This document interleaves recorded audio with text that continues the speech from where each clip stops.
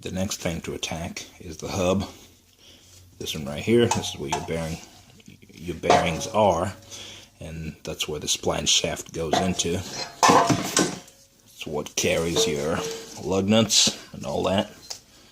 Or rather, that's what carries your lugs, and this is where the weight of your wheel goes to. It's pretty hard, but I don't know what a new one's supposed to feel like, so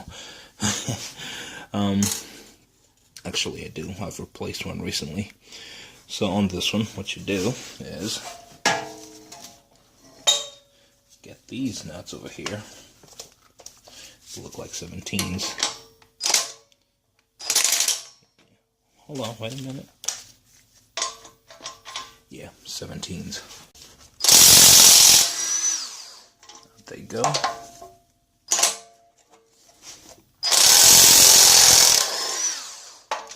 Almost stripped. The angle wasn't all that nice on that one.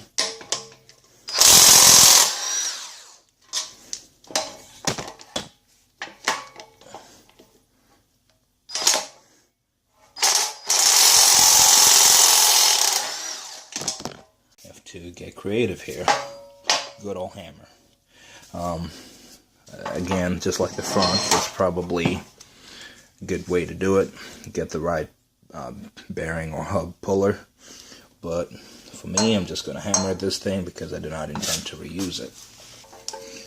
Watch out for the fingers.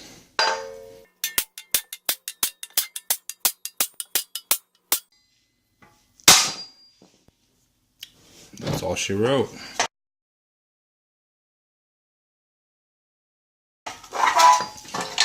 So, with the rear one, I mentioned this in the other video, that is when dealing with the front, you can install the rear one upside down, you know. Well, there's a notch here, there's a thingamajig here, right, and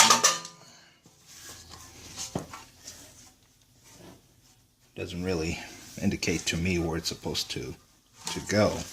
So the notch is on this side, it's on the longer side, but it doesn't really seem to have a receiving end over here. However, if you try to do this, okay, let's try to do this. Push the bolt through, come here, get this installed, then just thread the bolt. Okay, so that's one in right now. Go here and try to get this other one in, whichever other one you choose. Is an example of things not going on well. This is an example of things not being aligned well, in that this hole is aligned to the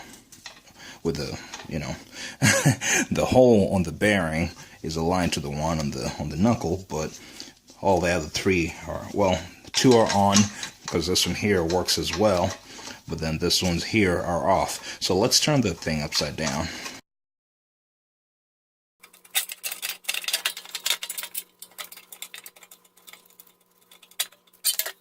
Then you can get another one on the opposite end and get it to thread, right?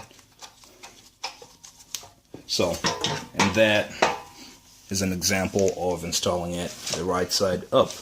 So, well, let me now remove it, now that I know what I know there's a notch there that tells you where it's supposed to go.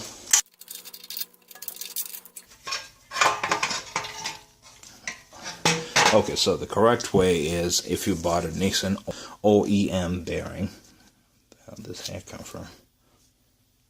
Tell you it's not mine for sure. This right here, this marking here, is what tells you that what direction is up. And if you measure it, you'll be able to tell. They're not equidistant. So there you go. It said this side up.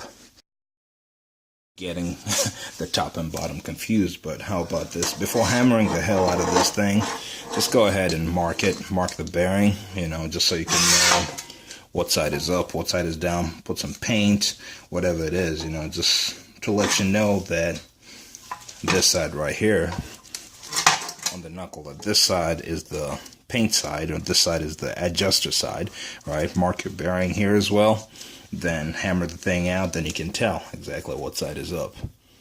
If you do not get an an OEM bearing, that could trip you out a little bit. So it's just one thing to watch out for. The first one I got was not OEM, and I installed it upside down, and that was tripping because the car needed to get moving ASAP. Again, my people, good luck out there. All the best.